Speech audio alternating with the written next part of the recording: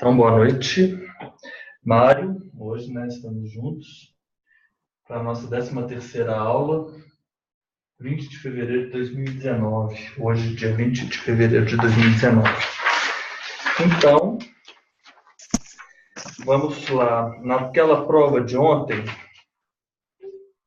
que é aquela prova do provimento, promovida pela Consulplan, edital 1 de 2017, nós temos duas questões ainda para resolvermos.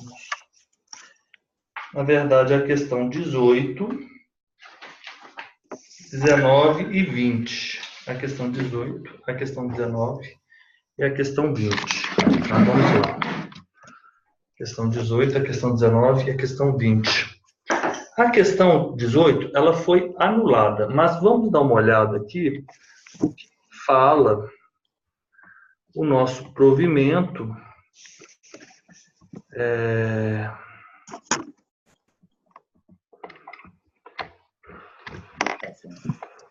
Eu vou botar para carregar aqui, Joaquim. Pode falar. Bom. O que fala o nosso provimento a respeito do reconhecimento, do provimento não, o Código de Normas do Paraná a respeito do reconhecimento de firma. O reconhecimento de firma, ele pode ser por autenticidade ou por semelhança. Então, a gente vai entrar aqui no site. Então, deixa eu me colocar aqui.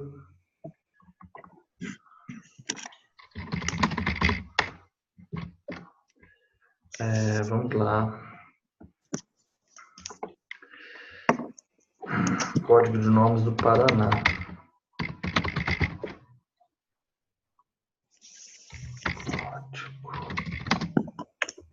Código de Normas Paraná. Extrajudicial. Já estou com ele aqui.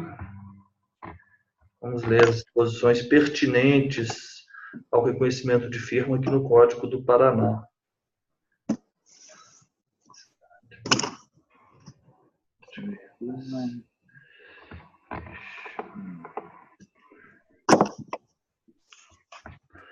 Vamos lá.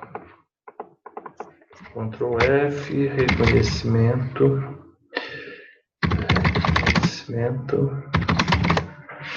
É 172. Vamos ver o que fala o Código de Normas do Paraná. O tabelionato de notas, as disposições pertinentes ao tabelionato de notas, elas se iniciam no artigo 657. Vamos ver, Mário.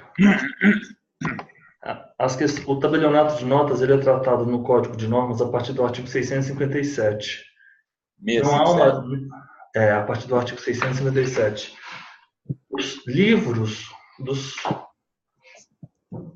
tabelionatos de notas, Mário, eles sempre são tratados nos códigos de normas estaduais, nos provimentos estaduais, correto? Não há uma lei federal, por exemplo, como a Lei 6.015, que vem tratando dos livros do tabelionato de notas. Quais são esses livros que nós temos aqui? A partir do 657, nós conseguimos localizar. 667. É o protocolo geral, notas, procurações, subestabelecimento de procurações e livro de testamento. E também temos o livro de controle de reconhecimento de firma autêntica ou verdadeira. É muito importante nós saibamos esses livros, correto? Tem o índice informatizado também, não tem, Joaquim? Oi, Mário. Tem o índice informatizado também. Você sabe o que é? O que eu fiz aqui? Deixa eu só botar o fone de ouvido, que aí fica melhor para falar. Olha só, eu peguei o Código de Normas do Paraná, e tentei fazer mais ou menos isso aqui, tá vendo? Deixa eu abrir aqui. Os livros? Isso, eu botei livros e arquivos. Uhum. E aí eu vi, eu estou tendo em consideração também que lá na frente, no artigo 19, ele diz que todos têm que ter o livro de visita e inspeção, o diário, a receita, papá. Esse do Notas, ele vem, o 1 é suprimido, o 2 é livro protocolo geral, né? Adendo 1E. Exato. Uhum. É isso. Uhum. Livro de notas é o 3, o 4, procurações, o 5, subestabelecimento de procurações, 6, testamento, o 7, controle, reconhecimento de firma autêntica ou verdadeira, adendo 2E. Uhum. E o Correto. 8, índice informatizado. Ótimo. Perfeito. É Né? isso mesmo. É isso. Nossa, isso que você fez é excelente. Ótimo. E os arquivos também, né? Os arquivos são esses. Os arquivos Os arquivos, tem na lá. verdade, são as pastinhas aí para você controlar o serviço, né? Uhum. Comunicou ao distribuidor, então você vai arquivar os comunicados ao distribuidor. Emitiu CND, arquivo de CND. Guias do FUNREJUS, você vai manter todos arquivados. Comunicou a DOI, aí você vai arquivar a comunicação da DOI. Isso que você fez é ótimo, tranquilo. Então vamos lá no 172, nós temos os livros, nós temos os atos notariais. Os atos notariais, né, o que deve conter os atos notariais, a escritura pública, a ata notarial. Então nós temos aqui tudo. A gente tem que saber, assim, nos locomover aqui dentro dessas disposições do tabeliamento de notas. 675, vamos lá, 172. Aí temos as procurações, os testamentos, as escrituras, quando elas forem sobre a respeito pertinentes a bens imóveis, imóveis rurais. Quando nós formos lá fazer o nosso curso de escritura pública, a gente vai usar isso aqui, ó, como nosso guia. A gente vai seguindo aqui. Então, a gente já tem que conhecer a localização aqui dos dispositivos, correto? Certo. Nós temos a emancipação, alienação fiduciária de coisa imóvel, inventário, partilha de bens. Esse aqui que é aquele provimento, né, do CNJ. A ata notarial, autenticação de documentos, 171, e o reconhecimento de firma. Você já leu, você estudou essa parte, Mário? Não, só dei uma lida assim por alto, porque é um calhamaço, porque é o que eu te falei, eu não estava estudando, né? Uhum. Eu comecei a estudar quando eu entrei no curso com você. Aí é que eu comecei a estudar. E aí eu vim vendo nas nossas aulas, né? E te confesso que realmente durante o dia fica meio ruim de parar para dar uma estudada, mas e aí depois nós estabelecemos aquele esqueminha que você deu, tá dando esse apoio aí para todo mundo aí no tributário. Quer dizer, né? Então realmente não. Aquele nosso curso do Código de Normas, nós não tivemos como ver aqui o Notas. O Notas ficou de fora.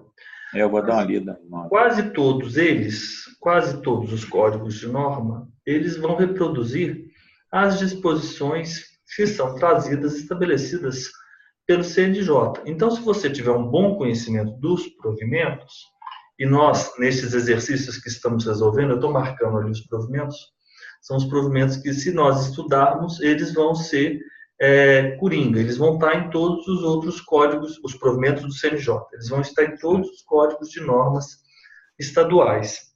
Vamos lá falar sobre o reconhecimento de firma. Você se lembra que nos termos do artigo 7º competia ao tabelião de notas, com exclusividade, o artigo 7º da Lei 8935, ele tinha algumas competências, e era reconhecer, autenticar cópias, reconhecer firmas.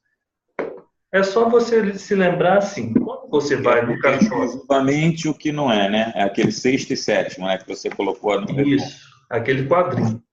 O 6 é do notário. Você se lembra que o notário engloba tanto o de protesto quanto o de notas? O notário é o tabelião de protesto e o tabelião de notas. Estes são os notários. Vamos ficar aqui. Eu estou falando vamos ficar por aqui porque tem uma figura híbrida, né? Que é o registrador e o tabelião e o registrador de contratos marítimos. Essa figura específica, ela é tanto registrador quanto ele é também um notário, né? Ele é um tabelião, o que é pertinente aos contratos marítimos, né?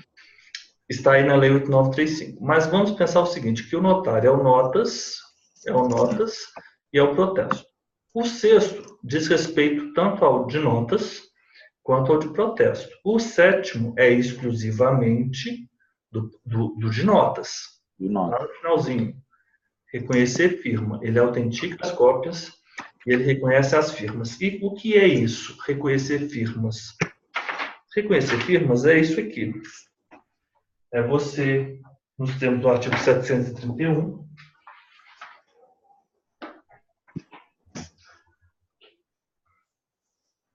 artigo 731, que ela é por verdadeira,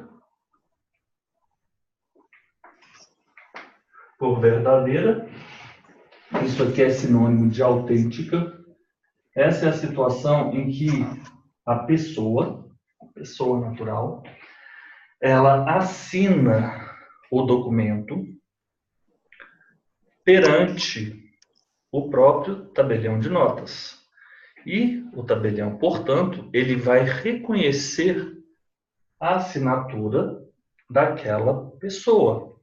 Ele não faz um reconhecimento por semelhança.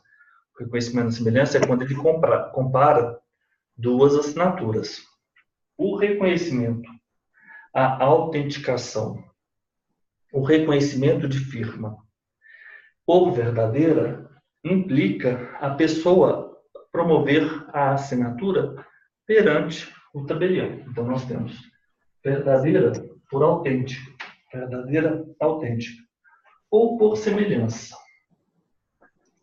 Ou por semelhança. Vamos ler aqui algumas disposições do artigo 731 do Código de Normas.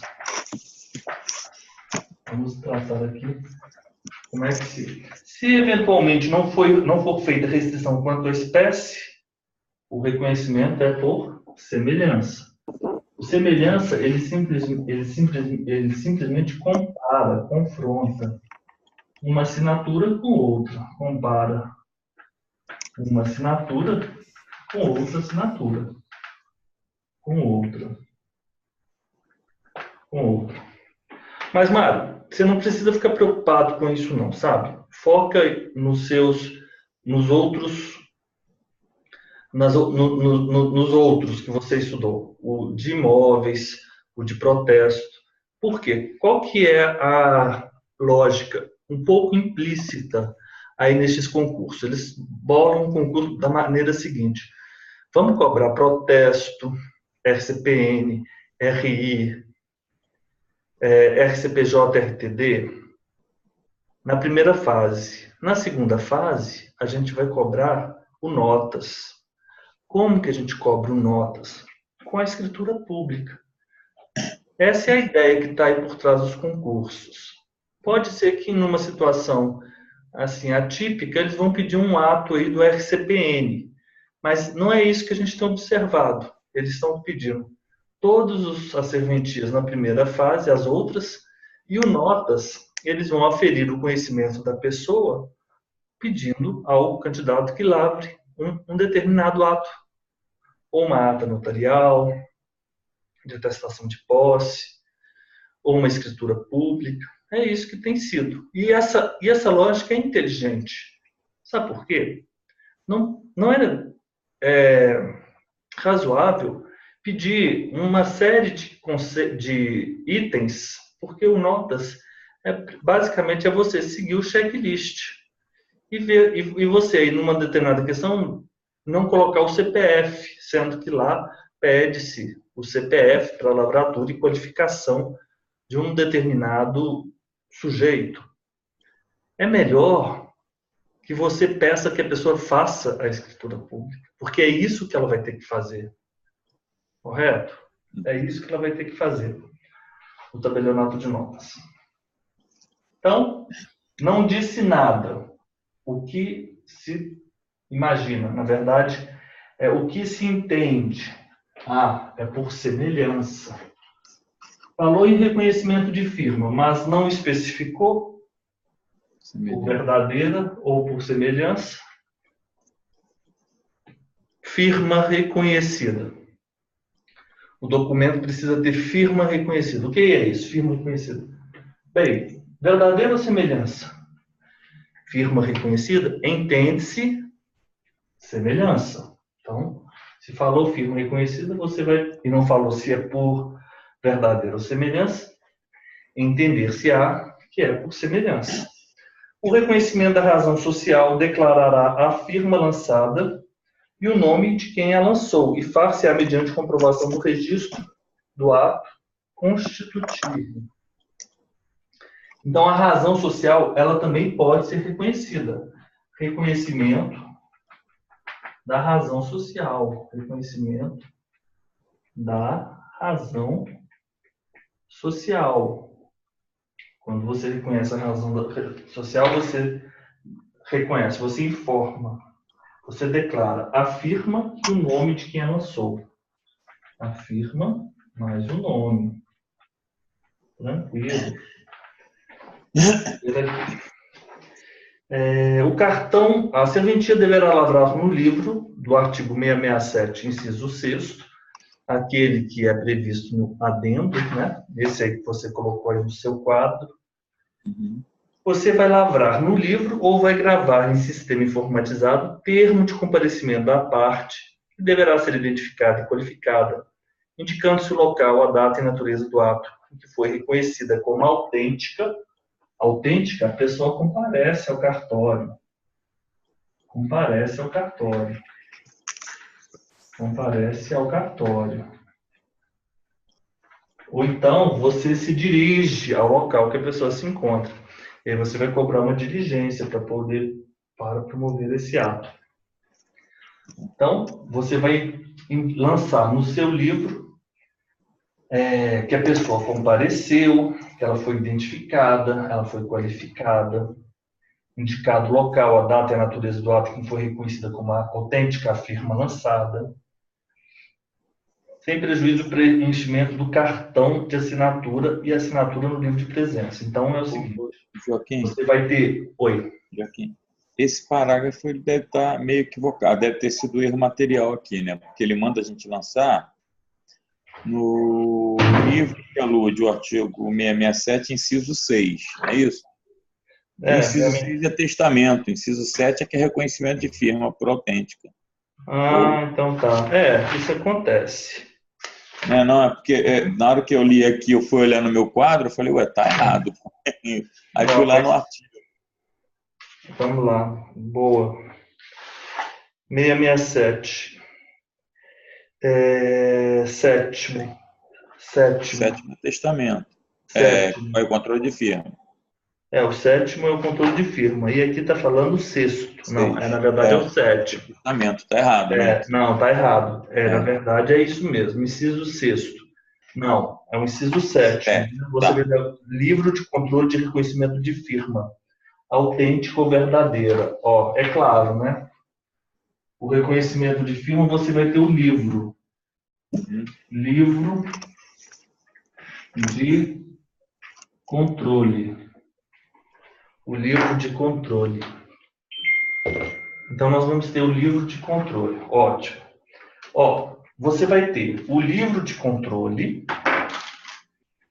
Você vai ter o livro de controle. O livro de controle. Você vai ter o cartão de assinaturas. O cartão de autógrafos. Correto? Cartão de assinaturas. Cartão de assinaturas. O livro de controle. O cartão de assinaturas. E tem mais um livro que é preciso preencher. Que é o livro de presença. Não é isso? Quando é por autenticidade, né? Não, esse livro aqui é o seguinte. O fato da pessoa promover, comparecer ao cartório para que seja reconhecida a firma dela como verdadeira ou por autenticidade, você terá que preencher o livro de controle, que é aquele livro, inciso 7º, o livro de controle do inciso 7º. Terá que ser preenchido também o cartão de assinaturas, né? O cartão de assinatura consta da pessoa, se a pessoa não tiver, terá que ser feito um cartão de assinaturas para ela. Então, ela assina também no cartão de assinaturas. Ela assina. Aí, no Rio, provavelmente é a mesma coisa, né? Quando você vai, se dirige, você assina perante o tabelião. Isso Você só assina um cartão de autógrafos, correto? quando você vai abrir firma. Não, mesmo que você já tenha um cartão de autógrafo, você assina um cartão de autógrafo novamente, correto? Não, aqui não. Aqui não. Não, você só Não, abre quando você aqui só assina quando você abre a firma. Você abriu firma, aí você deixa o documento, assina e preenche o livro e entrega. Aí, se você assinar um documento qualquer tipo de reconhecimento de firma, você vai, leva lá, qualquer pessoa leva no cartório, ele faz por semelhança. Se for por autenticidade, que aí é verdadeiro, aí você tem que ir lá e assinar o livro de presença. E aí ele reconhece, assina na frente e o livro de presença, aí o rapaz autentica por autenticidade. Ok, mas então você não preenche o cartão de autógrafo novamente? Não, só uma vez só. Então tá certo. Uhum. Porque olha só, a serventia lavra o livro sem prejuízo do respectivo cartão de assinaturas e assinatura do livro de presença. Vamos lá. Nas lavraturas dos cartões de assinatura, recomenda-se que sejam captadas a imagem e as digitais do interessado, com a gravação dos dados no sistema informatizado. O notário poderá recusar documento de identificação reclassificado. Ok. 763. Reputar-se a verdadeiro ou autêntico o reconhecimento quando o autor for conhecido do notário ou identificado mediante documento idôneo e assinar na sua presença. Então, essa situação é permitida. Considerar-se-á por semelhança essa segunda situação. O reconhecimento quando o notário, confrontando a assinatura com outra existente em seus arquivos, constata a similitude. É isso. É obrigatório, em qualquer hipótese, o reconhecimento autêntico de firma, o verdadeiro, aposta pelo vendedor em documentos de transferência dos veículos automotores, como, por exemplo, na CRV. Então, a CRV, né, sempre o reconhecimento por verdadeiro ou autêntica. E nas procurações outorgadas exclusivamente para esse fim, ou não. Se ele se recusa a comparecer ao tabelianato para reconhecimento autêntico, o notário certificará especificamente esse fato, mas não reconhece por autêntico, mas reconhece por semelhança. Vamos lá. A renovação só pode ser exigida no caso de alteração dos padrões de assinatura. O cartão de assinar público não deve ser entregue diretamente às partes. Vamos ver se tem mais alguma questão importante. Eliminação.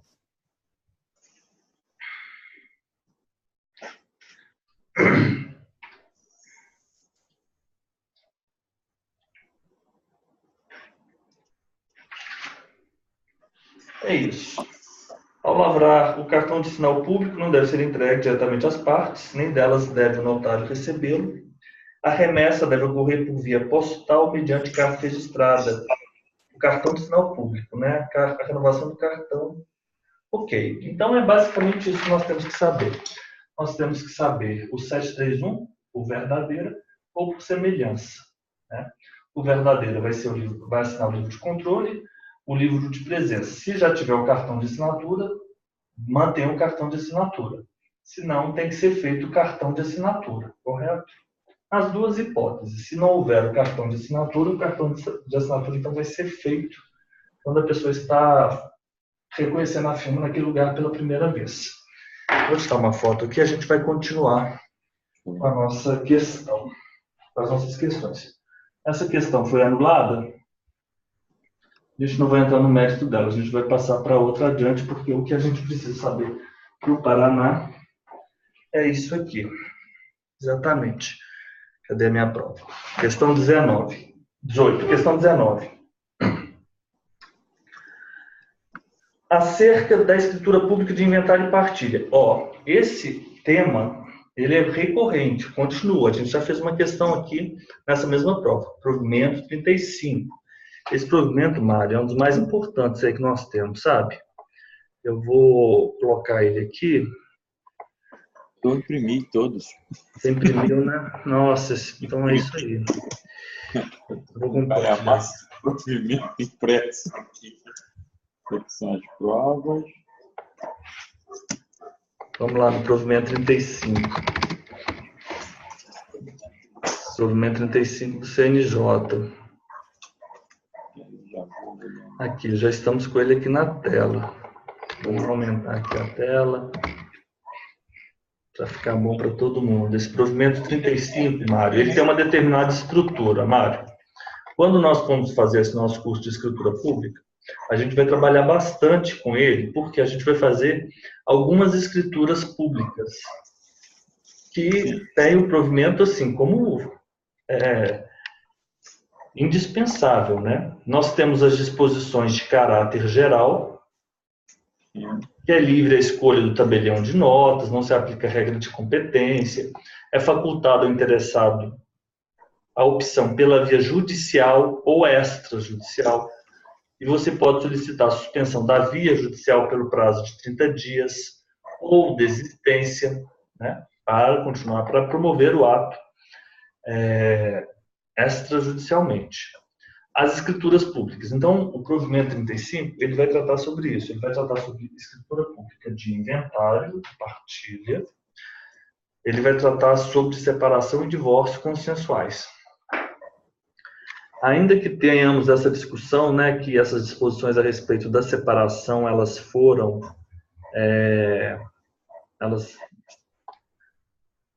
não posso dizer que revogadas, porque elas não foram revogadas, né? Mas que elas estão, enfim, elas não teriam aplicabilidade, se é que eu posso dizer isso. Também não. De qualquer forma, o que é mais adequado é dizer que a separação ainda permanece. O pessoal diz aí que não há mais separação, né? Mas isso é muito controverso. Eu acho que não. Eu acho que ainda assim, porque só uma lei revoga outra lei, correto? Embora essas decisões aí, as pessoas estão alegando que não há que se falar mais em separação, né? Não. Então vamos continuar. Nós temos o inventário, nós temos a separação e nós temos o divórcio. O inventário, nós temos a separação, nós temos o divórcio. Então, vamos lá. Esse é o 35, né, Joaquim? É o provimento 35, Mário. Vai seguindo aí, porque, ó... CNJ, né? Elas não dependem de... Tudo isso aqui é importantíssimo. Elas não dependem de homologação judicial, elas são títulos hábeis para o registro civil, o RCPN, e o registro imobiliário. Então, por exemplo, eu posso averbar o divórcio lá no meu assento de casamento com a minha escritura pública, apresentando, né, a escritura pública de divórcio consensual. Aí você, como oficial do registro civil das pessoas naturais, você vai receber aquela escritura pública e você vai promover a averbação, você vai promover a averbação no livro de casamento, né? No livro AB, o livro B, né? Correto? O livro B, na terceira coluna, você vai promover sua averbação aí do divórcio, averbar o divórcio. Para a transferência de bens, direitos, promoção de todos os atos necessários perante o DETRAN, FCPJ, bancos, companhias telefônicas, o valor dos emolumentos deve corresponder ao efetivo custo adequado e suficiente de remuneração de serviços prestados. É vedada a fixação de emolumentos em percentual incidente sobre o valor do negócio jurídico, sempre por faixas. A gratuidade compreende a escritura de inventário, partilha, separação e divórcio. Inventário e partilha, né? Obtenção da gratuidade, isso aí são as disposições gerais. Advogado, né? Advogado. Desnecessário o registro da escritura pública no livro E, do oficial do RCPN, a escritura pública decorrente da Lei 11.441. Entretanto, o Tribunal de Justiça deverá promover, no prazo de 180 dias, medidas adequadas para a unificação dos dados Escritura pública da Lei 11.441. Quer ver? A escritura... Lei 11.441.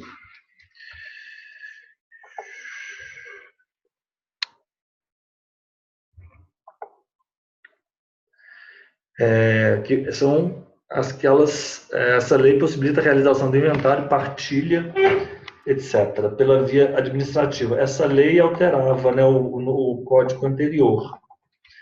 Então, correto. Essas escrituras, então, elas não precisam ser registradas no livro E. Essas escrituras.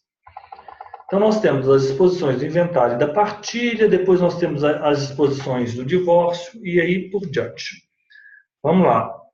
Na letra A. Admitem-se inventário e partilha extrajudiciais, sendo capazes o meeiro e os herdeiros, inclusive por emancipação, podendo ser representados por procuração formalizada por instrumento público, com poderes especiais outorgada há no máximo 30 dias, que será arquivado na serventia. Ó, isso consta lá no provimento de Minas, mas nós vamos fazer aqui com o nosso provimento. É o artigo 12. Nós temos as disposições gerais, depois nós temos as disposições referentes ao inventário e à partilha, depois nós temos as disposições referentes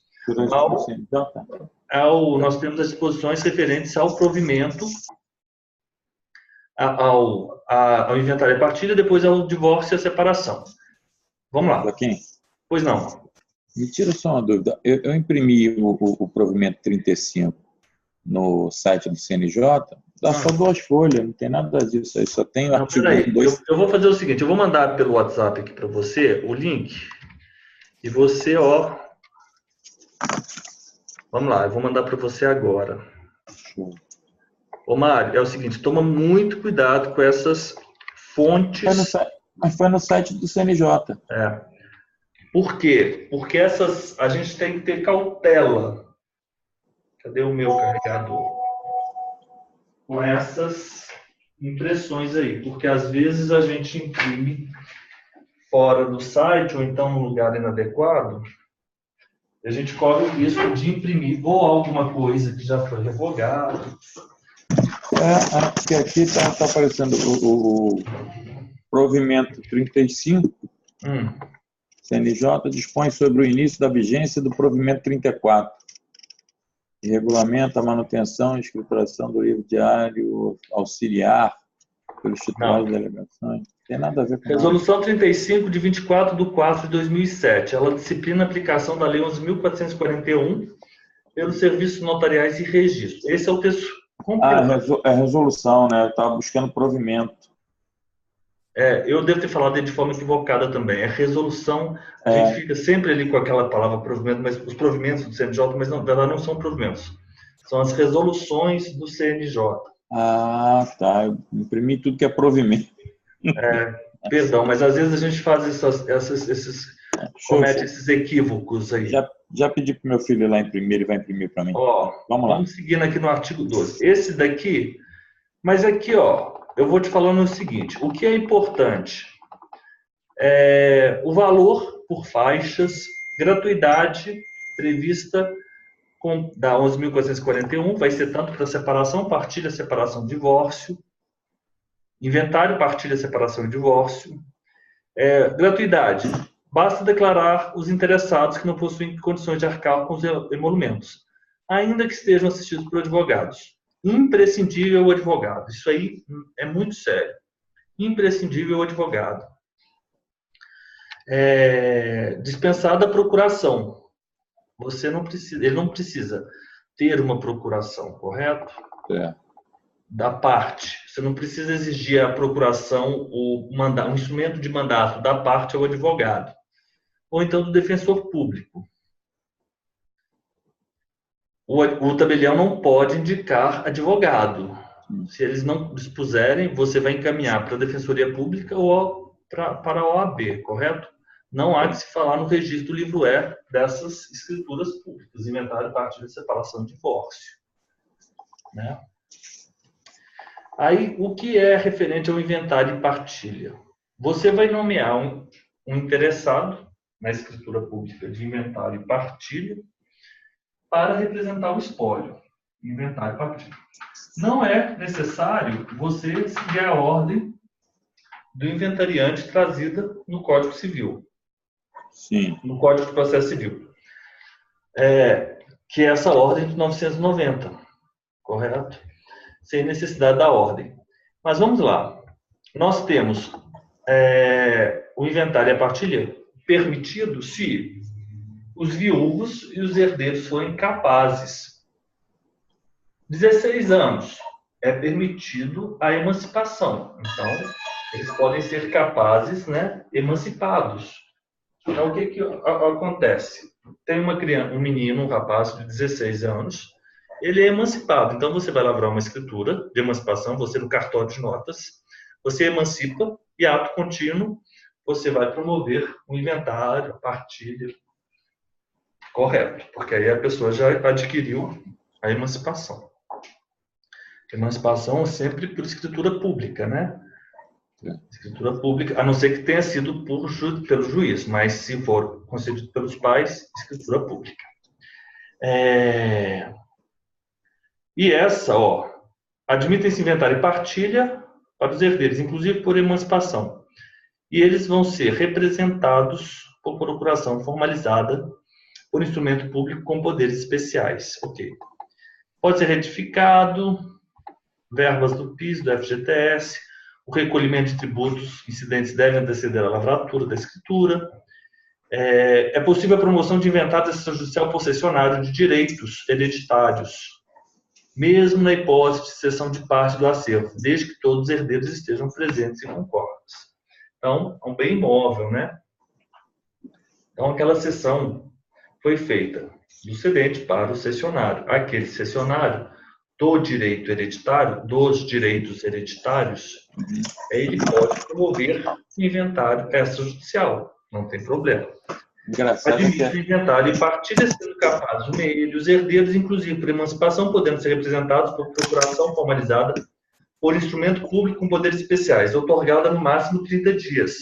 Será arquivado na serventia. Aqui não falou prazo de 30 dias, mas lá no provimento fala. Mas essa procuração, que é por instrumento público com poderes especiais, ela de fato ela tem um prazo de 30 dias. Então essa letra A está absolutamente correta.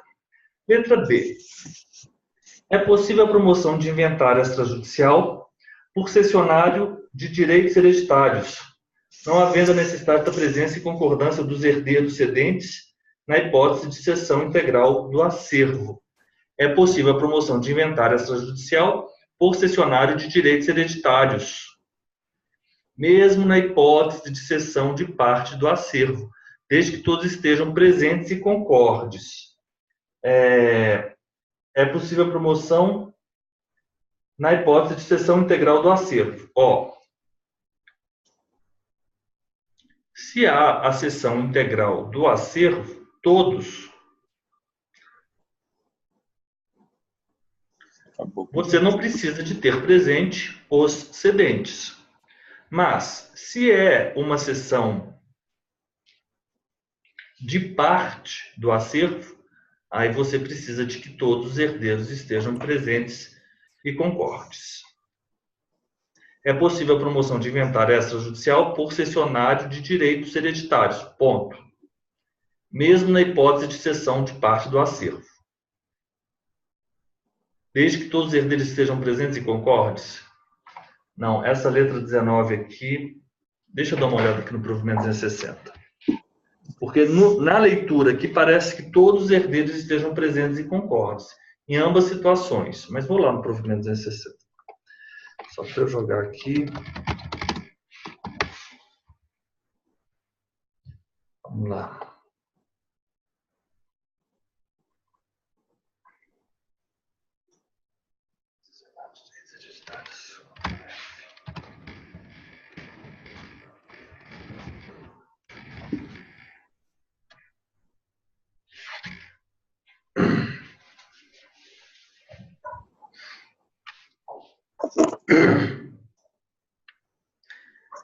Olha só, ele aqui, o provimento, ele vem especificando. Para a lavratura de escritura pública de cessão de direitos A sucessão aberta, o tabelião cientifica o adquirente e nela deverá consignar que a cessão compreende não só o quião, a cota ideal atribuível ao cedente, mas também proporcionalmente às dívidas do espólio. Ok.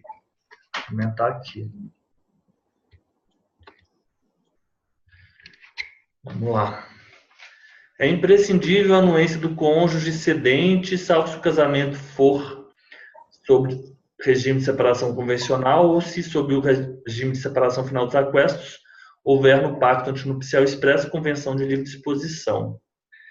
Vamos lá. O tabelião de notas fará constar da escritura que eventuais direitos posteriormente conferidos ao herdeiro cedente em consequência de substituição ou direito a crescer se presumem não abrangidos. Ok, isso está no Código Civil, inclusive. Se presumem não abrangidos. Isso está à disposição do Código Civil. Na escritura de cessão de direitos, o tabelião de notas fará constar que o cessionário deverá habilitar o título no inventário.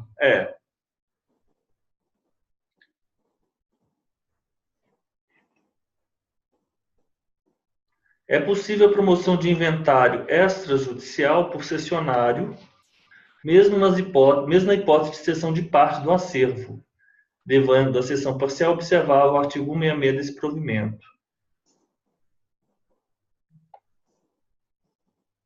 Esse é o artigo 66, vamos lá. 166. É válida, independente de autorização, a cessão de bem de herança considerada singularmente se feita em conjunto por todos os herdeiros e cônjuge meeiro. Hipótese em que deve constar da escritura que o cessionário está ciente dos riscos de a cessão ser absorvida por dívida. Além da hipótese prevista, também é possível a descrição do bem integrante do quião cedido, se a descrição constitui cláusula na qual sejam informados, de forma meramente enunciativa, os bens sobre os quais preferencialmente deverão incidir os direitos hereditários. E o tabelião de notas deve alertar os contratantes sobre a possibilidade de constar na escritura de cessão de direitos hereditários, cláusula resolutória, em caso de ser frustrada a expectativa sobre determinado bem. O direito sempre é isso. É possível a promoção, vou ficar aqui com o artigo 16, é possível a promoção de inventário extrajudicial por cessionário de direitos, mesmo na hipótese de parte do acervo, desde que todos os herdeiros estejam presentes e concordes. Então, a princípio, o gabarito foi letra D. Essa questão aqui, ela tem um equívoco. Porque na leitura, você precisa... Você pode fazer uma interpretação. A cessão integral não precisa todos estar presentes. Peraí, é possível a promoção de inventário extrajudicial por cessionário não haver necessidade da presença e concordância dos herdeiros cedentes na hipótese de cessão integral do acervo. Eu acho que isso aqui é possível a promoção de inventário extrajudicial por cessionário de direitos hereditários, mesmo na hipótese de cessão, desde que todos os herdeiros estejam presentes e concordes. O artigo 16, ele fala que é porque uma coisa é a escritura pública de cessão do direito. Nessa escritura pública de cessão de direito, é óbvio que tanto o cedente e os cessionários ou eles estão presentes ou eles estão como procuradores. Ponto. Outra coisa é essa escritura pública ser utilizada para se promover um inventário extrajudicial pelo cessionário, correto? Nessa situação, todos os herdeiros devem estar presentes e concordes. É isso. Eu vou ficar aqui com o meu artigo 16. E aí, pensando dessa forma... Mas, por outro lado, você concorda se você já tem uma escritura pública em que os herdeiros eles já cederam o direito hereditário, ou seja, são os cedentes e os cessionários. Não haveria sentido eles estarem presentes na escritura de inventário. Você está pensando aí o que eu estou pensando? Se já cederam, não tem porquê. Se eles já fizeram a escritura pública... A anuência deles já deu naquele ato lá atrás, né? Correto. Eu acho que essa letra B foi considerada correta. Essa letra B foi considerada correta. Mas qual seria errado aí? A letra D é considerada errada. A D de dado? D de dado. Artigo 17. É vedada a lavratura de escritura pública. Não, os cônjuges dos herdeiros sempre deverão comparecer ao ato de lavratura da escritura pública de inventário e partilha? Não, não, não. Só na hipótese de renúncia ou algum tipo de partilha que importe em transmissão, exceto se o casamento se der sob o regime de separação absoluta. Não, isso é falso. Isso é falso. Eles não deverão comparecer, não. Então seria D, de dado. Então essa D está equivocada, foi o gabarito. É vedada a lavratura de escritura pública de inventário de partilha referente a bens localizados no exterior? É o artigo 29. Correto. Artigo 29. Artigo 29. É admissível o inventário negativo, é quando você faz o inventário dizendo que você tem dívidas, nem bens, etc. E é vedada a lavratura, é o artigo 28. É vedada a lavratura de escritura pública de inventário e partilha referente a bens localizados no exterior. Aplica-se a Lei 11.441 aos casos de óbito ocorrido antes de sua vigência. Isso é importante, cai sempre em prova. Ô, Mário, vamos ler de novo essa letra B. É possível a promoção de inventário extrajudicial concessionário de direito hereditário, não havendo a necessidade da presença e concordância dos herdeiros cedentes na hipótese de cessão integral do acervo. Eu acho que isso aqui faz sentido. Faz sentido. Agora, eu não consigo localizar isso legalmente falando, né? O substrato legal. Provavelmente é uma decisão que houve. Enfim, deve ter uma discussão por trás disso aqui. Mas isso faz sentido, porque o que importa é a escritura pública. Se a escritura já houve a cessão, não há por que no inventário comparecer novamente aqueles cedentes, né? Vamos lá. A ata notarial, artigo 20. Só vamos terminar essa aqui e fazer nosso intervalo. A ata notarial destinada a atestar o tempo de posse do requerente. Na verdade, Mário, o nome desse instrumento, ele é ata notarial de atestação de posse para fins de uso capião. O pessoal fica falando assim, ata notarial de uso capião. Esse nome, essa terminologia é equivocada. É ata notarial destinada a atestar o tempo de posse para o requerente para fins de uso capião. Correto? Vamos lá. A ata notarial destinada a atestar o tempo de posse do requerente e seus antecessores para fins de reconhecimento da uso capião. É exatamente isso que se tiver uma ata notarial, como você vai nomear a sua ata notarial? Você vai nomear a sua ata notarial como ata notarial destinada a atestar o tempo de posse do requerente para fins de reconhecimento da uso capião. É assim que você vai nomear a sua ata notarial na sua prova de segunda etapa. Você identifica ela direitinho, né? Você vai dizer, atestar o tempo de posse do requerente e de seus antecessores para fins de reconhecimento da uso capião. Consignará, segundo o provimento número 260, depoimento de testemunhas e ou das partes interessadas. Exceto, e aí a gente vai lá no 235 do provimento aqui de Minas, que ele vai nos ajudar porque isso também é bem uniforme, correto? Vai valer isso também do Paraná. Vamos lá, 235. Vamos lá. Se você quiser, pode seguir aí no seu código de normas. Nós temos aí as atas notariais previstas no 234 em Minas Gerais, mas é o que é a ata notarial, dotada de fé pública, força de prova pré-constituída, nos termos do artigo 384 do novo CPC, instrumento em que o tabelião constata fielmente os fatos, coisas, pessoas, situações para comprovar a existência ou estado. Isso é o artigo 384 do novo CPC. Ela tem por objeto colher declaração testemunhal para fins de prova em processo administrativo ou judicial. Você colhe prova testemunhal, viu? Isso é interessante. Fazer constar o comparecimento a ser vendido de pessoa interessada em algo que não se tenha realizado por motivo alheio à sua vontade. Fazer constar a ocorrência de fatos que o tabelião de notas ou seus escreventes tiver percebido ou esteja percebendo com seus próprios sentidos, averiguar a notoriedade de um fato, atestar o tempo de posse do requerente e de seus antecessores conforme o caso e suas circunstâncias para fins de reconhecimento do capião. Letra A, 235. são requisitos de conteúdo da ata. E nós temos data, lugar, nome, narração circunstanciada, etc. Parágrafo 3º. Ela deve constar a qualificação, o endereço eletrônico, domicílio e residência do requerente, cônjuge e do titular do imóvel lançado na matrícula objeto da usucapião e além de outras circunstâncias. Nome dos confrontantes.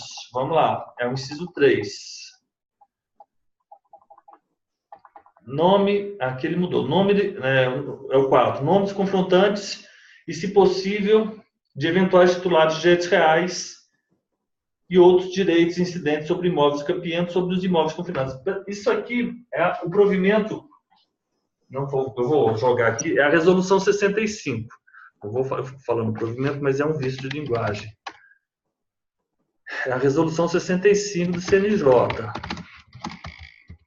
Vamos lá. Tá vendo? Aqui, quando a gente clica, está escrito provimento 65 aqui. Vamos. É porque deve... 65 deve ter aqui. Esse é provimento, ó. É a diretriz para o procedimento de usucapião extrajudicial. Deixa eu ver 65. Deixa eu ver se eu acho o meu aqui. Ó, esse aqui já é provimento 65. O outro é resolução 35. Né?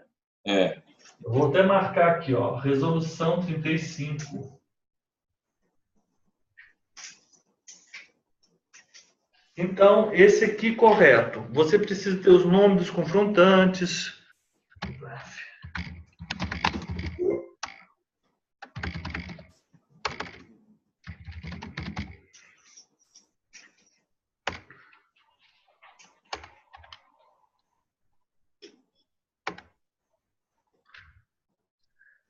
O nome dos confrontantes, se possível, de eventuais titulares, você tem que constar, então, o nome dos confrontantes, correto? Isso aqui, a letra A está correto. Eventuais titulares de direitos reais e de outros direitos incidentes sobre imóveis campeando e sobre os imóveis confrontantes. É esse aqui que é o inciso 4º. Perfeito. No provimento de Minas. O tempo de posse que se sabe ser exercido pela parte interessada e por eventuais antecessores sobre o imóvel. Esse aqui é o tempo e as características da posse que se sabe ser exercida pela parte interessada e por eventuais antecessores sobre imóveis do capiendo. Tempo de posse. Vamos lá ver como é que... Aqui ele diz: justo título ou quaisquer outros documentos que demonstrem a origem, a continuidade, a cadeia possessória, o tempo de posse, a modalidade usucapião e o tempo de posse alegado, correto? O nome, estado civil dos possuidores anteriores, cujo tempo de posse foi somado. Isso aqui você faz o que está lá no provimento e o que está aqui no nosso, no provimento de Minas e no provimento 65. Correto. Letra A, correto. Letra B, correto. Forma de aquisição da posse do imóvel usucapiento pela parte interessada. Isso aqui com certeza consta aqui. Forma de... Aqui, ó. O requerimento será assinado pelo advogado ou defensor público, ata notarial com qualificação. Forma de aquisição da posse do imóvel usucapiente. Isso aqui, ó, está no provimento 65 do CNJ. Tranquilo. Se os tributos incidentes sobre o imóvel usucapiente estão sendo habitualmente recolhidos junto ao município ou união, isso você não tem no provimento e nem... Não tem no provimento em Minas e você também não tem aqui no provimento 65.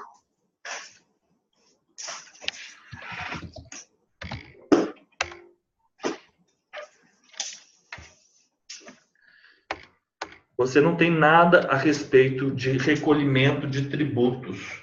Se os tributos incidentes sobre imóveis campeantes estão sendo habitualmente recolhidos junto ao município. Ô, Mário, vamos fazer nosso intervalo de 10 minutos e aí a gente já volta daqui a pouco, tá bom? Fechado, tá joia.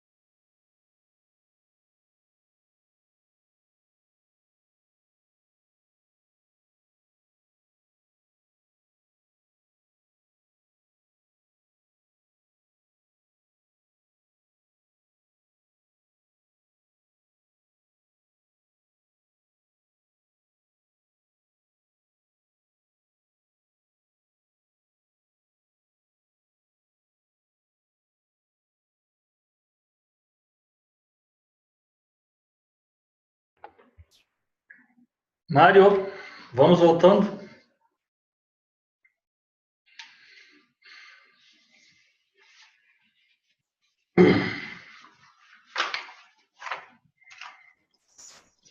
Vamos lá.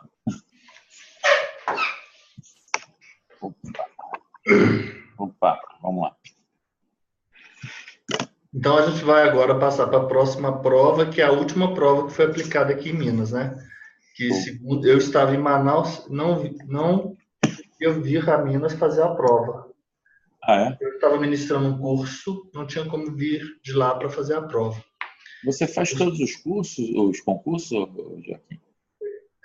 Os possíveis, né? Por exemplo, o de São Paulo, ano passado, eu queria prestar, inclusive eu me inscrevi na VUNESP, mas no dia da prova, foi o dia que eu tinha uma prova que chamava AMPAD. Você já ouviu falar nessa prova para você fazer mestrado? Não.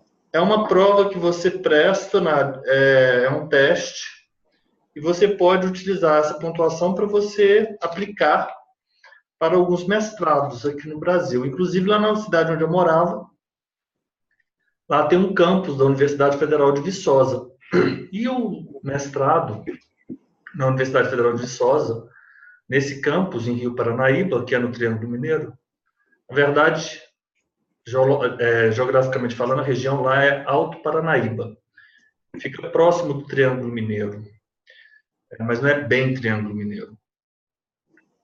Então, eu poderia aplicar para o mestrado com a minha pontuação desse teste. E eu fui prestar o teste para poder fazer o mestrado. Enfim, no fim das contas, acabou não havendo a possibilidade, não teve o mestrado disponível, porque para contar o ponto no nosso concurso, você sabe que você tem que fazer um determinado tipo de mestrado na área do direito. Na área do direito, se não me engano, ou não vou lembrar agora os termos do provimento, inclusive, que regulamenta essa pontuação. Eu tinha isso pregado aqui na minha parede. Mas não é qualquer mestrado. Você tem que fazer um mestrado na área específica. Eles falam área de concentração, né? E esse mestrado era. Então, por exemplo, de São Paulo eu não fiz. O de Minas Gerais, esse último, eu não fiz porque eu estava lá em Manaus e achei que não valeria a pena eu vir um domingo aqui em BH para poder fazer essa prova. Tinha muitas outras coisas envolvidas. Então, não fiz. Mas, assim, o meu plano é fazer todos os que forem aparecendo aí pela frente agora, né? Legal. Essa banca que vai dar a prova do Paraná, qual é? É a banca da Universidade Federal do Paraná. Ah, da universidade mesmo. Ela não é uma banca que faz prova de cartório. Ela é mais, enfim. Minas tem uma banca específica, que é a Consulplan, que é essa banca aqui. A maioria dos concursos do Norte, Nordeste e Centro-Oeste estão sendo feitos, e agora do Sul, né? Santa Catarina, são promovidos pela Banquieses. É uma banca que eu gosto muito, adoro a Banquieses, acho ótimo. O do Rio Grande do Sul... Santa Catarina ainda não abriu, né? Hã? Ainda não abriu a inscrição, Santa Catarina. O do Rio Grande do Sul já, inclusive. Não, Rio Grande do Sul não. O do Rio Grande do Sul já abriu a inscrição. Não, eu fiquei sabendo que eu entrei e disse que tinha sido alterado, adiado, passado. Não, olha só, a data limite, inclusive, é o dia 1º de março, não, dia 8 de março, é a data limite da inscrição no Rio Grande do Sul, mas já está aberto, eu já fiz minha inscrição. Caramba, eu vou fazer. Ainda. Qual é o site lá, você sabe? Sei, vou te mandar agora pelo grupo aí. Manda para mim que eu vou fazer a minha inscrição também. Eu estava esperando, eu entrei para ver e tinha visto que tinha sido alterada a data de inscrição. Ó, eu vou te passar essas datas certinhas. Deixa eu jogar aqui o VUNESP.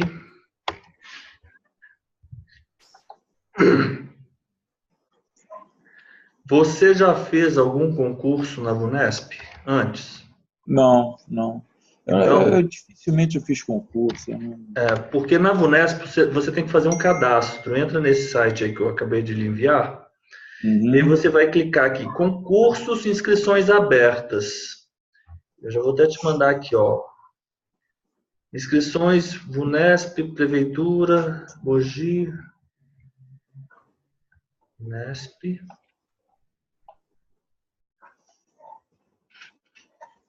Aqui, esse aqui, ó. Vou te mandar aqui agora. Você vai fazer a sua inscrição. Mandar aí pro pessoal lá no grupo, né? Show. Esse aqui já é o da inscrição de... Esse aqui já é o da inscrição do Rio Grande do Sul.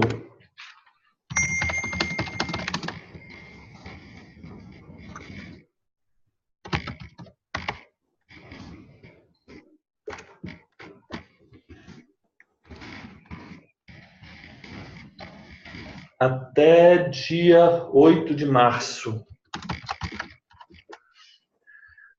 Vamos lá.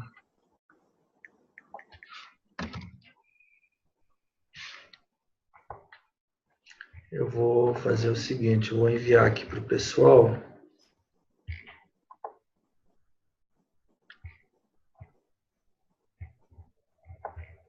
Porque aí eles já vão...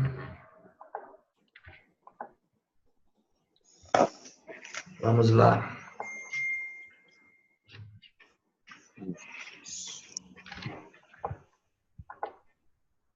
Encaminhar mensagem.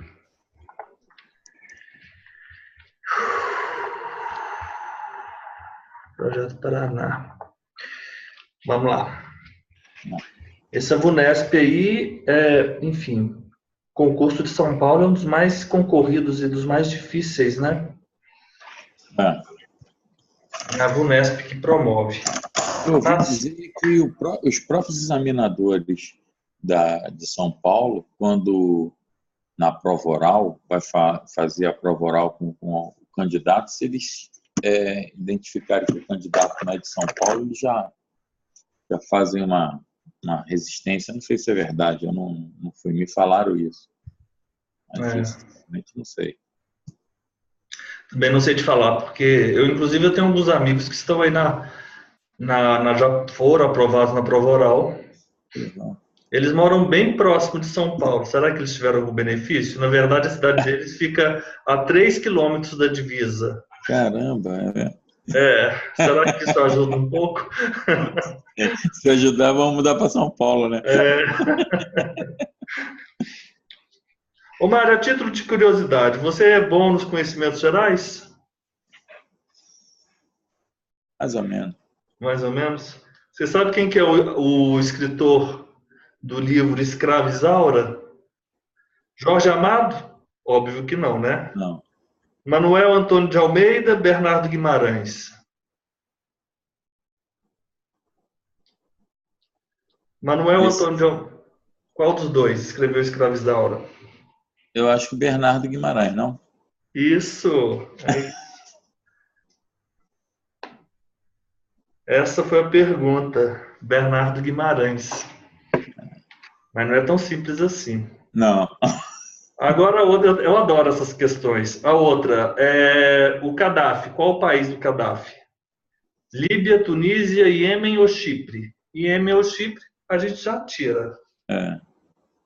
O Gaddafi é Libra ou... Líbia ou Tunísia?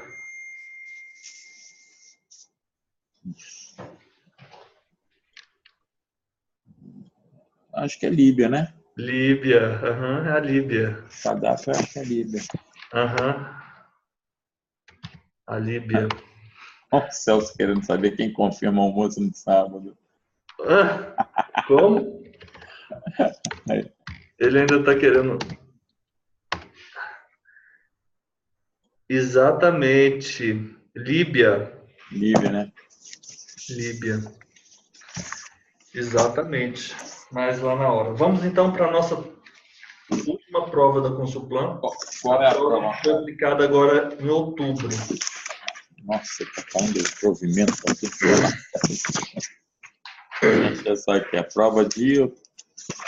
É a última prova da Consulplan. É aquela que a primeira pergunta é: analise as afirmativas a seguir de acordo com a Lei 6.015 de 73. Provas estão aqui embaixo. É Minas também, né? Minas, essa é a de Minas. Tá, deixa eu ver aqui. Segundo a lei de registro público, não é essa? Deixa eu ver aqui. Acerca da geografia mundial, é essa, não? Não. Ah. Se você quiser, eu vou te mandar essa prova aqui. Vem o que de... Eu tenho todas elas impressas. A primeira é: nenhum sepultamento será feito... De acordo com o provimento 260, não? Não. Nenhum sepultamento será feito sem certidão do oficial de registro. Nenhum sepultamento, analisando a afirmativa a seguir, de acordo com a Lei 6.015, nenhum sepultamento será feito sem certidão oficial, registro do lugar. Edital 1 de 2018. Aqui, estou com ela na mão já. Tá show. Então vamos lá, eu vou compartilhar aqui com você, porque a gente vai acompanhando aqui no a Lei 6.015.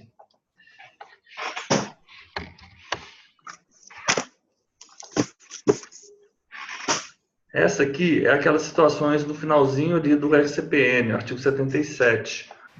Né? Vamos lá. Temos várias disposições ali, com muitas informações. Inciso 1, artigo 77, Mário. Está aqui no quadro, ó, na tela. Nenhum sepultamento será feito sem certidão do oficial de registro do lugar do falecimento ou do lugar de residência do de cujos. Correto. Lugar de falecimento ou lugar de residência. Quando o falecimento ocorrer em local diverso do seu domicílio. Extraída após a lavratura do assento de óbito. Correto? Em vista do atestado de médico, se houver no lugar, ou em caso contrário, de duas pessoas qualificadas que tiverem presenciado ou verificado a morte. Correto. Artigo 77. Então, você tem um atestado de óbito, você tem um assento de óbito e, por fim, você tem a certidão de óbito, né? Você tem essa linha temporal dos atos, ela nos ajuda a compreender bastante. Porque cada coisa é uma coisa. Nós temos o primeiro, é o atestado de óbito. Atestado de óbito. Depois, nós vamos ter o assento de óbito. O assento de óbito. Com a lavratura do assento de óbito, né? O registro do óbito, o assento do óbito, né? Que é o registro. Você vai ter a certidão de óbito. E é com esse documento que você vai promover o sepultamento. Nenhum sepultamento será feito sem a certidão do óbito. Depois da certidão do óbito, então, você vai promover o sepultamento.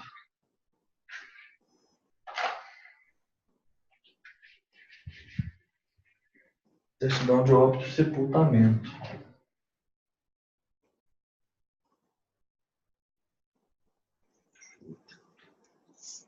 Sepultamento.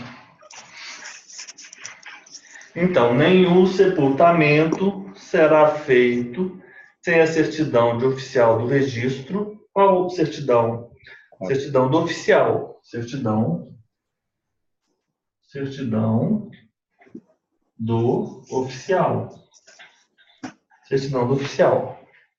Do lugar do falecimento ou residência. Lugar. Falecimento. Lugar. Residência. Falecimento. Lugar de falecimento ou lugar residência. Quando o falecimento ocorrer em local diverso do seu domicílio. Você pode ter a certidão de óbito no lugar do falecimento ou no lugar de residência. Extraída após a lavratura do assento de óbito. Ó. À vista do atestado de médico. Atestado, óbvio, à vista, né, do atestado de óbito que é lavrado pelo médico. Então, aqui é o artigo 77. Tranquilo. O atestado de óbito. Olha só, o assento de óbito ele vai ser lavrado com o atestado de óbito, Mas ele pode ser também lavrado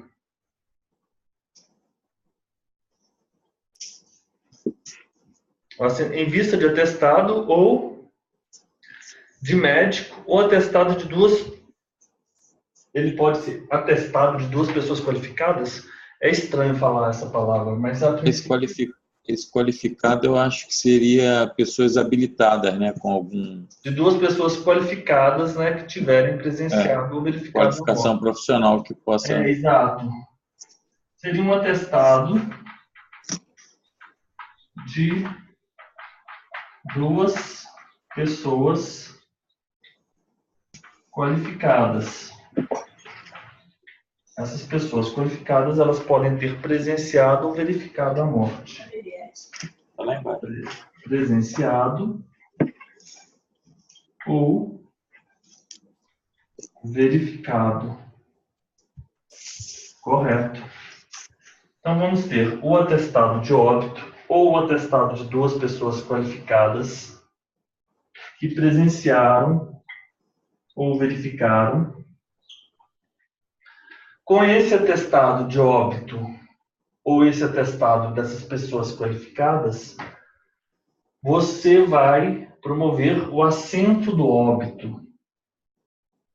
Depois, ato contínuo, você vai expedir a certidão de óbito, sabendo que esse registro é gratuito e a primeira certidão também. Sempre. E aí, com essa certidão, que vai ser feita tanto no lugar do falecimento quanto no lugar de residência, vai ser promovido o sepultamento. Vou tirar uma foto aqui para mandar para o pessoal.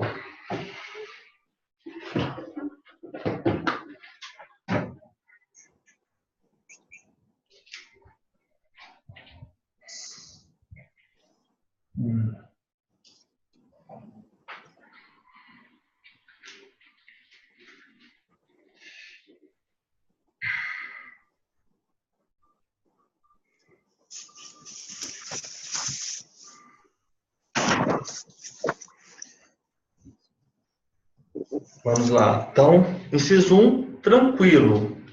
Show. Desde que você saiba a lei, né? A lei, saiba a lei. Agora o segundo. A cremação de cadáver somente será feita daquele que houver manifestado a vontade de ser incinerado. Perfeito. Ou no interesse da saúde pública. Ok. Estamos juntos? No 77, parágrafo 2º. Incinerado ou no interesse da saúde pública. E se o atestado de óbito houver sido firmado por 2 médicos ou um médico legista. Ok. E no caso de morte violenta, autorizado pela autoridade policial? Não, autoridade judiciária. Falso, é autoridade judiciária. Essa questão, ela é clássica, ela cai em toda prova. Toda, essa aí é pegadinha de prova. Pior que é, né? Mas ela fica até óbvia, sabia? Ela não engana mais, porque ela já está muito batida. É 77? O olho judiciária e policial, eles trocam isso todas as vezes. Na impossibilidade de ser feito o registro em 24 horas do falecimento, então nós temos o registro, é esse ato aqui, correto? Em 24 horas, pela distância ou qualquer outro motivo relevante, o assento será lavrado depois com a maior urgência dentro do prazo de 15 dias, que será ampliado em até 6 meses para os lugares distantes mais de 30 quilômetros. Espera aí, artigo 78. Mais de 30 quilômetros. Não, na impossibilidade de ser feito o registro dentro de 24 horas do falecimento, pela distância ou qualquer outro motivo, o assento será lavrado com a maior urgência dentro do prazo fixado. O artigo 50. Artigo 50. Qual o prazo? Vamos lá, no artigo 50. No artigo 50. O artigo 50. O artigo 50 é aquele prazo lá do nascimento, né? 30, 15 dias, que será ampliado em até 3 meses para os lugares distantes mais de 30 quilômetros da sede. 15 dias. 15 dias. O nascimento que ocorrer no território nacional deverá ser dado a registro no lugar em que tiver ocorrido o parto ou lugar de residência dos pais, dentro do prazo de 15 dias, será ampliado em até 3 meses para os lugares distantes mais de 30 quilômetros da sede do cartório. 15 dias está certo. Não, 6 meses? Não, ah, não, 3 meses. São 3 meses. 3 meses, equivocado isso. 3 meses, é o que está equivocado. Antes de proceder ao assento de óbito de criança com menos de 1 ano, o oficial verificará se houve registro de nascimento. Em caso de falta, será previamente feito. Perfeito. Esse é o artigo 77, parágrafo 1º. Vamos lá nele.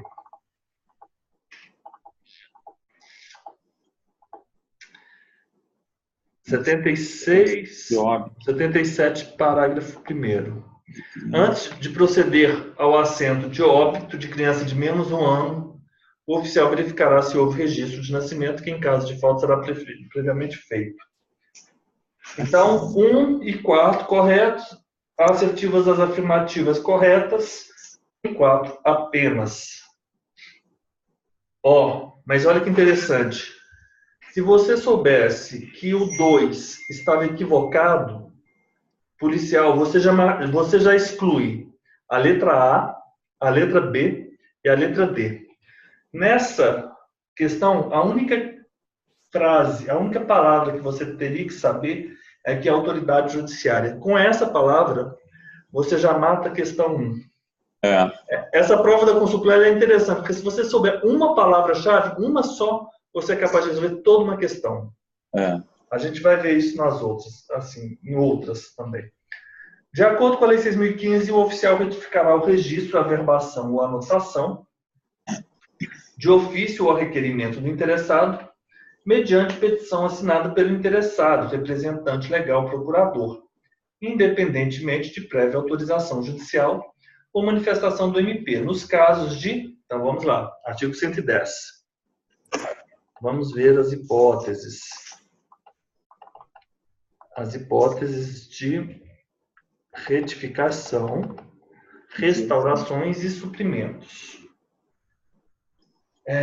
109, né? Isso aqui é no Registro Civil das Pessoas Naturais. Retificações, restaurações e suprimentos. Quem pretende que se restaure, supra ou retifique o assento vai requerer, em petição fundamentada e instruída, com documentos ou com indicação de testemunhas, que o juiz o ordene, ouvido o MP. Correto? E os interessados, no prazo de 5 dias. 110. Vamos lá. O oficial retifica o registro, ou a averbação ou a anotação, de ofício ou requerimento do interessado, mediante petição assinada pelo interessado, mediante representante legal procurador, independentemente de prévia autorização judicial ou manifestação do MP, nos casos de, inciso 1, erros que não exijam qualquer indagação para constatação imediata de necessidade de correção. Inciso 1, correto. Erro na transposição dos elementos constantes em ordens e mandados judiciais, termos e requerimentos, bem como outros títulos a serem registrados, anotados, e o documento utilizado para a referida averbação e ou retificação ficará arquivado no registro do cartório, no cartório. Perfeito. 1 e 2 estão corretas. A 1 e a 2 estão corretas. Estão corretas. Artigo 110, inciso 1, 2. A letra D é o inciso 3. Inexatidão da ordem cronológica e sucessiva. Essa legislação minha aqui apesar de ser nova, está furada, que não tem, só tem o caput, vai para o parágrafo 1º, 2º, 3º e 4º, não tem inciso. Não, você está com o seu código. Tá. Eu comprei um novo agora. E está equivocado? Não, isso aqui é num outro que eu tenho na legislação notarial que eu tinha comprado no início do ano passado. Mário, clica aí nesse site aqui, ó. Clica aí, na 6.015 consolidada. Clica aí. Eu mandei um link para você. Vai seguindo aí, ó, pelo computador. Inexatidão de ordem cronológica sucessiva referente à numeração do livro, folha, página, termo, bem como da data do registro. Inexatidão da ordem cronológica sucessiva referente à numeração do livro, folha, página, termo, bem como da data do registro. Perfeito. E 3. Ausência de indicação do município relativa ao nascimento ou naturalidade do registrado, nas hipóteses em que existir descrição precisa do endereço do local do nascimento, bem como elevação de distrito a município ou alteração de suas nomenclaturas por força da lei. Todas estão corretas. Uma questão muito difícil, afinal de contas, né? A pessoa que está muito segura de todas as hipóteses de retificação no RCPN. Retificação no RCPN. Restaurações e suprimentos, capítulo 14.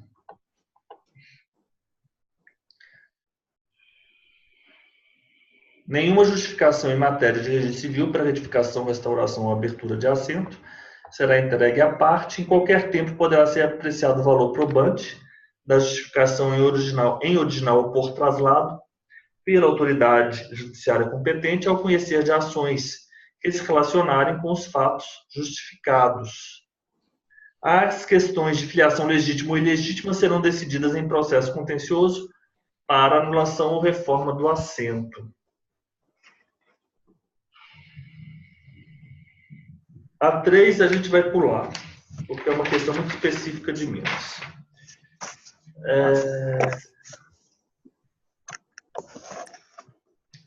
A 4 também a gente não vai responder, não, porque é do provimento 260. Eu vou fazer a da 6766. Essa lei 6766, que é a quinta. Parcelamento solo. Essa lei é a do parcelamento. Então, vamos lá, porque essa lei ela tem vários conceitos, né? Nós já sabemos que aquilo ali básico, o conceito básico, o parcelamento, né? Que pode ser o loteamento ou desmembramento. Aí isso aí a gente está sabendo.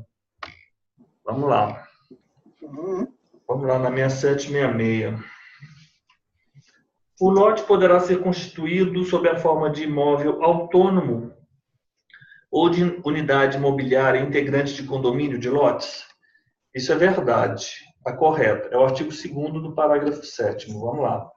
O parcelamento do solo, então, ele vai ser feito loteamento ou desmembramento, observando as disposições desta lei, que é uma lei federal, e das legislações estaduais e municipais. O que é o loteamento? O que é o desmembramento? A gente já sabe disso. O que é o lote? É o terreno servido de infraestrutura. Esses conceitos eles são muito bons para uma prova. O que é um lote? Terreno servido de infraestrutura básica, com dimensões que atendam índices urbanísticos definidos no plano diretor ou lei municipal. O que é infraestrutura básica? O que é infraestrutura básica de parcelamento? A infraestrutura é constituída pelos equipamentos urbanos de escoamento de águas pluviais, iluminação pública, esgotamento sanitário, abastecimento de água potável, energia elétrica pública e domiciliar e vias de circulação. Quando a pessoa vai promover um loteamento ou um desmembramento, ela tem que levar todas essas plantas com a indicação desses equipamentos. Como vai ser feito o escoamento das águas pluviais, iluminação pública, etc. Você sabia que aqui em Minas a gente pode ser cometida uma infração? Agora eu não vou me lembrar o órgão de saneamento básico aqui de Minas. Mas se você coloca a água pluvial para cair na sua rede sanitária, de esgotamento sanitário. Porque quando isso acontece, você foge daquele dimensionamento que é feito para o esgotamento sanitário. Aí você tem uma multa por fazer isso. Eu acho que aqui no Rio também tem. São redes diferentes, não pode colocar. Eu não estou falando de jogar o esgoto na rede pluvial, não. Eu estou falando de jogar o pluvial na rede do esgoto. Por causa da dimensão de metros cúbicos, sei lá, alguma coisa nesse sentido, né? De vazão, né? Isso, exatamente. estrutura básica dos parcelamentos situados nas zonas habitacionais declaradas como de interesse social tem de ter, no mínimo, isso aqui. O lote poderá ser constituído sob a forma de imóvel autônomo ou de unidade imobiliária integrante de condomínio de lote. Letra A, correto. Ó, não dá para fazer uma prova sem ter estudado a 6766, a 9514, os provimentos estes principais do inventário, né, extrajudicial, do divórcio, da separação, correto? A resolução 35, na verdade, resolução 35, o provimento 65 da uso capião. Olha lá, o que é o loteamento de acesso controlado? Foi alterado agora em 2017. A modalidade de loteamento, definida nos termos do parágrafo 1º desse artigo, nós já sabemos o que é o loteamento, a abertura de novas vias, cujo controle de acesso será regulamentado por ato do poder público municipal, sendo vedado o impedimento de acesso a pedestres. Voltou. Você tinha saído, você, cara. Perdi você e voltou agora. Perdi você quando tu falou assim, não dá para fazer uma prova sem estudar a lei 6766, 8935? Não, 6766 não dá. 893, não, essa 8935 eu nem falo sobre elas. Eu estou falando 6766, 9514, a resolução 35, que é essa aqui da separação do divórcio, a provimento 65, que é a da uso capião. Então, essas aqui, aquela da cédula de crédito imobiliário é típica em Minas, nos outros lugares não aparece, não. Mas vamos lá. O loteamento de acesso controlado tem definido também. É vedado o impedimento de acesso a pedestres ou a condutores de veículos não residentes, devidamente identificados ou cadastrados. Somente será admitido parcelamento do solo para fins urbanos em zonas urbanas, de expansão urbana ou de urbanização específica, definido no plano diretor ou aprovado por lei municipal. Não é permitido parcelamento do solo em terrenos alagadiços, em terrenos inadequados, áreas de preservação, ok. Pelo menos isso a gente tem que saber. Pelo menos esse início a gente tem que saber. B. Aprovado o projeto de loteamento ou de desmembramento, o loteador deverá submeter ao RI dentro de 120 dias, sob pena de caducidade. Ó, esse aí é fácil. Esse aí é fácil. 6 meses, 180 dias. 18, artigo 18. Essa tá fácil. Aprovado o projeto de loteamento ou de desmembramento, o loteador deverá submetê-lo ao RI dentro de 180 dias, sob pena de caducidade da aprovação com os documentos. C. 120 e 180. Okay. A letra B está equivocada porque não são 120 dias, são 180 dias. C. Somente será admitido o parcelamento do solo para fins urbanos em zonas urbanas de expansão urbana ou de urbanização específica, assim definidos pelo plano diretor ou aprovados por lei federal? Não, acabamos de ver isso, lei municipal. Artigo 3º.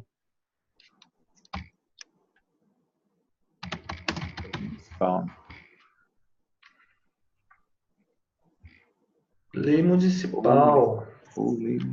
Somente será admitido o parcelamento do solo para fins urbanos em zonas urbanas de expansão urbana ou de urbanização específica, assim definidos pelo plano diretor ou aprovados por lei municipal. No caso de lotes integrantes de condomínios de lotes, não poderão ser instituídas limitações administrativas e direitos reais sobre coisa alheia, em benefício do poder público, da população em geral e da proteção da paisagem urbana, tais como servidões de passagem, usufrutos e restrições à construção de muros. Esse é o artigo 4º, parágrafo 4º. Vamos continuar lendo? Artigo 4º. Os loteamentos deverão atender. A legislação define zona em que os territórios, os usos permitidos, comunitários dos equipamentos públicos de educação, cultura, saúde, lazer e similares. Ó, no caso de lotes integrantes de condomínio de lotes, esse é o artigo 4º, parágrafo 4º. Mário, no caso de lotes integrantes de condomínio de lotes, poderão ser instituídas limitações administrativas e direitos reais sobre coisa alheia, em benefício do poder público. Poderão ser instituídas, sim. poderão ser instituídas limitações administrativas e direitos reais sobre coisa alheia em benefício do poder público, da população em geral e da proteção da paisagem urbana, tais como servidões de passagem, usufrutos e restrições à construção de muros. Então, no caso de lotes integrantes de condomínios de lotes, poderão ser instituídas limitações administrativas. Ótimo. O poder público competente poderá complementarmente exigir em cada loteamento reserva de faixa não edificante destinada a equipamentos urbanos. O que são urbanos? Os equipamentos urbanos são aqueles equipamentos públicos de abastecimento de água, serviços de esgotos, energia elétrica, coletas de águas pluviais, rede telefônica e gás canalizado. Eu acho essa lei muito interessante, por sinal. Vamos lá. Aquela que eu falei, que daquela se cair ninguém vai saber. Ó, eu já marquei ela aqui, hein? 10.931, a famigerada cédula de crédito bancário. Essa é daquelas. Se cair uma questão dessa aí, eu vou ser sincero. Lei 10.000, não para gente que já estamos sabendo tudo de cédula de crédito bancário e a cédula de crédito imobiliário. Me fala uma diferença entre elas, Mário, por favor. Você já sabe disso. Você se lembra?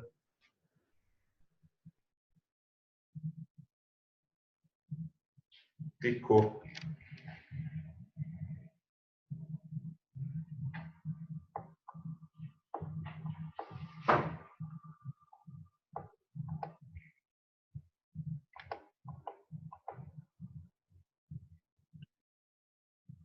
Volta, Joaquim. Volta. Caiu de novo.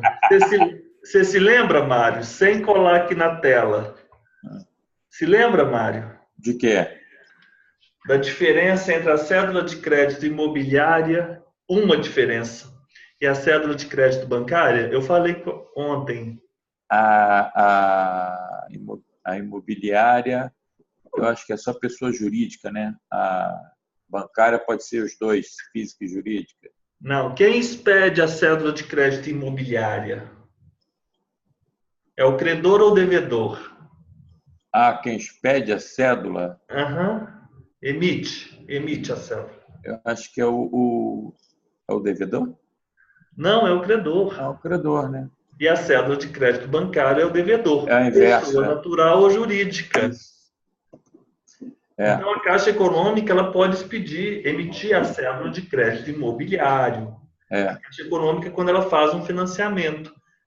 Correto? Vamos lá? Exatamente. A imobiliária, quem expede é o credor, né? O credor. E a bancária é o devedor. Exatamente. A cédula de crédito imobiliário, ela representa créditos imobiliários. Artigo 18. A CCI será emitida pelo credor do crédito imobiliário e poderá ser integral, quando representa a totalidade, ou fracionária, quando representa parte do crédito, e não pode a soma das CCIs fracionárias emitidas em relação a cada crédito exceder o valor total do crédito que elas representam, óbvio. Eu posso emitir uma CCI fracionária total. As fracionárias elas podem ser emitidas simultaneamente ou não a qualquer momento antes do vencimento do crédito que elas representam. A CCI pode ser emitida com ou sem garantia real fidejussória, sob a forma escritural ou cartular, né? Escritural é quando não existe a cártula, ela só consta naquele sistema da instituição. Quando ela tem uma garantia real, ela vai ser suportada por uma hipoteca, por um penhor, por exemplo. É uma garantia real. A garantia fidejussória, no caso desse título de crédito, vai ser, não vai ser a fiança, vai ser o aval. Porque ela é fidejussória. O aval é a garantia fidejussória do título de crédito por excelência. Então, vamos lá. A emissão da CCI sob a forma escritural, como é? Escritura pública ou instrumento particular. Então, a cartular, ela é uma cártula. A escritural, ela é uma escritura pública ou um instrumento particular. E esse instrumento permanece custodiado em instituição financeira e registrado em sistema de registro e liquidação financeira de títulos privados autorizados pelo Banco Central do Brasil. Sendo o crédito imobiliário garantido por direito real, a emissão da CCI será averbada no RI da situação do imóvel, correto? Na respectiva matrícula, então eu vou averbar a CCI, devendo constar exclusivamente número, série e instituição custodiante. A averbação da CCI e o registro da garantia do crédito, quando solicitados simultaneamente, serão considerados ato único para fins de cobrança de emolumentos. A Constituição... Peraí, como é que é? Ato único? Oi? Ato único? Sim, por exemplo, foi feito uma CCI, mas essa CCI também ela tem uma hipoteca. Você tem que averbar a CCI e registrar a hipoteca, correto? Certo. Quando você for cotar os emolumentos, você vai cotar apenas um ato. Que isso? Você não vai cobrar a averbação e você vai cotar o registro. Você vai cotar apenas um. Mas aqui eles cobraram os dois para poder. Eu estou te falando isso porque é onde eu estou te falando. Aqui teve teve até, eu acho que foi um cliente meu que fez isso. Eu tive também, mas o meu só fez alienação. Mas teve um cliente que tinha os dois. E o cartório cobrou para dar baixa nos dois. Para baixar a alienação e baixar a CCI. Aqui eu estou falando da averbação e do registro. É considerado ato único. Eu vou concluir que a baixa também vai ser ato único. Se a instituição é ato único, a baixa, teoricamente, é ato único também. Caramba. Vamos ver se tem alguma coisa... Não faz sentido falar que são dois atos. Não faz sentido. A Constituição, porque aqui já disse que é um ato único. Para a cobrança de emolumentos. Um é parte integrante do outro, né? Basicamente falando. Exatamente. Esse é um raciocínio. Exatamente. A Constituição Judicial. Vamos lá. O credor de CCI deverá ser imediatamente intimado à Constituição Judicial, que recaia sobre a garantia real do crédito imobiliário. No caso de CCI emitida sob a forma escritural, que é escritura, não é escritura ou instrumento público, cabe à instituição custodiante identificar o credor. O que deve conter a CCI? A CCI é um título executivo extrajudicial exigível pelo valor apurado de acordo com as cláusulas e condições pactuadas no contrato que deu origem. A emissão e a negociação da CCI independe do devedor, da autorização do devedor. Então, a cessão de crédito garantido por direito real, quando representado por CCI emitido na forma escritural, está dispensada de averbação no RI. Então, quando você tem uma cessão, uma transferência do crédito garantido, você não tem que averbar no RI. Vamos lá. Vamos ver aqui o que diz. A cédula de crédito bancário, a gente está falando da CCI, agora vamos lá para o crédito bancário, que é o próximo, é o artigo 26.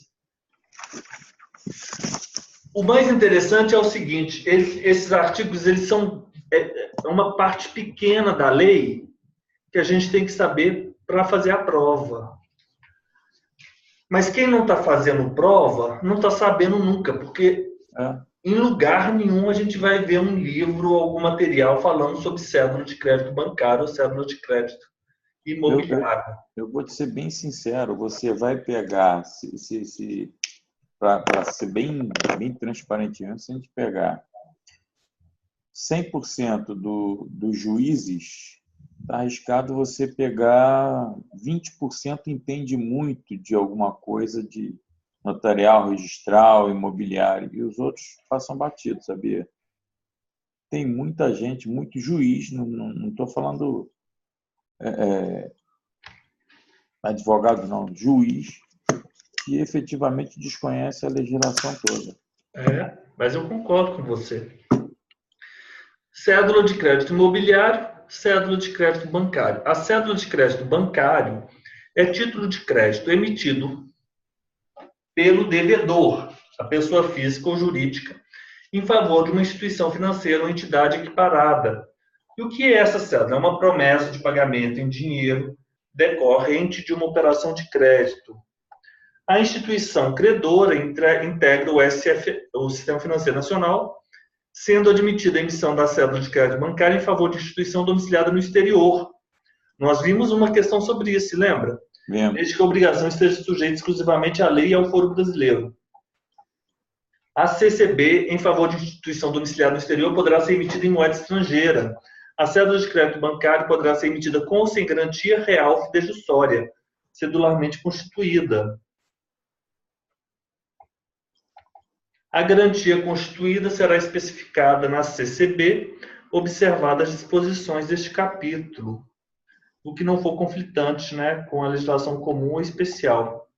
CCB, título executivo extrajudicial, representa dívida em dinheiro, certa liquidez exigível, seja pela sua maneira indicada, seja pelo saldo devedor, demonstrado em planilha de cálculo, ou nos extratos de conta corrente, elaborados conforme o parágrafo 2º. Deve conter na CCB. Vamos lá.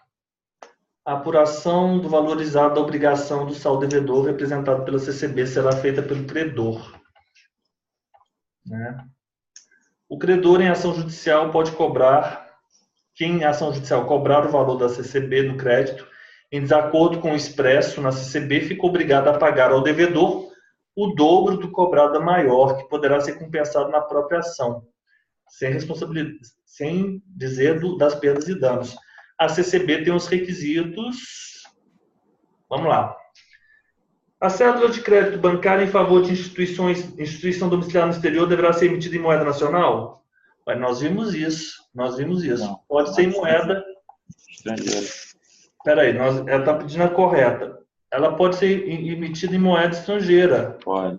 É o parágrafo 2º do artigo 26. A cédula, a CCB em favor de instituição domiciliada, moeda estrangeira. A CCB somente pode ser emitida em garantia real ou fidejussória? Com garantia real ou fidejussória? Não. Poderá ser com ou sem garantia real ou fidejussória. Com ou sem garantia real ou fidejussória. Deixa eu ver a CCI. A CCI, com ou sem garantia real fidejussória, sob a forma escritural ou escritural ou cartular. A outra, só cartular, cedularmente constituída. A outra não pode ser de forma escritural. A CCB, sempre cedularmente constituída. Cedularmente constituída e cartular são sinônimos, ou seja, tem um título de crédito. A forma escritural é por instrumento público ou por escritura pública. A CCB, a CCI, a cédula de crédito imobiliário, ela vai ser das duas formas, forma escritural ou cartular, com ou sem garantia real ou fidejussória. E a CCB pode ser emitida com ou sem garantia real ou fidejussória, mas ela não fala escritural, ela falou apenas cedularmente constituída. Tranquilo? Tranquilo. A gente tem que fazer esse vai e volta. A instituição credora da CCB deve integrar o SFN, falamos isso, sendo admitida a emissão de cédula de crédito bancário em favor de instituição domiciliar no exterior, desde que a obrigação esteja sujeita exclusivamente à lei ao foro brasileiro. Perfeito, é o artigo 26, parágrafo 1º. Isso, instituição credora deve integrar o sistema financeiro nacional, sendo admitida a emissão da cédula de crédito bancário em favor de instituição domiciliada no exterior. Correto? Isso. CCB é título de crédito emitido por pessoa física ou jurídica em favor de instituição financeira ou de entidade a essa equiparada, representando ordem de pagamento em dinheiro. Não, promessa. De operação de crédito de qualquer modalidade. Vamos lá. É promessa. Artigo 26. Título de crédito emitido por pessoa física ou jurídica, tá certo. Em favor de instituição financeira ou de entidade a essa equiparada, correto? Representando promessa. Nossa, mas essa é difícil, hein? Você sabe por que eu falei promessa logo? Porque no intervalo da aula da tarde para agora, eu fiquei fazendo aquelas questões lá do que concurso, né? E eu peguei uma questão exatamente dessa. Eu emburaquei na ordem de pagamento, aí eu fui ver as explicações aqui. Não é ordem, é promessa. Promessa em dinheiro, decorrente de operação de crédito de qualquer modalidade. Não é ordem de pagamento, não, é promessa de pagamento, né? Promessa de pagamento. a gente, quando vai estudar ali aquela parte geral dos títulos de crédito, né? A gente sempre fala assim, a promessa de pagamento é fácil, nota promissória. E a É, gente se resume a isso, né? é. Mas um título de crédito, cédula de crédito bancário. Alguém te perguntar isso numa prova oral, hein? Já pensou? Pô, Ó, nos termos da lei, tem que ver 10.931, cédula de crédito bancário é um exemplo de um título de crédito consubstanciado em uma promessa de pagamento em dinheiro, é. né? Ô, Mário, então vamos terminar por hoje, porque já são 9h10, e amanhã a gente continua a partir do artigo 7º. E aí a gente vai ver, a gente vai adiantar mais. A gente está...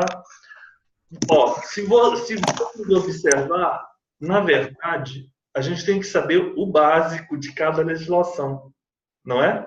Aham, com certeza. Pelo menos aqui em Minas Gerais. Então tá. Então a gente termina por hoje e amanhã então a gente encontra. Amanhã a gente não encontra às 14 horas, mas a gente encontra às 19 horas, tá bom? Fechado, Joaquim. Boa viagem, Obrigado. Mário. Boa viagem. Obrigado, meu amigo. Um abração. Um abraço. Tchau.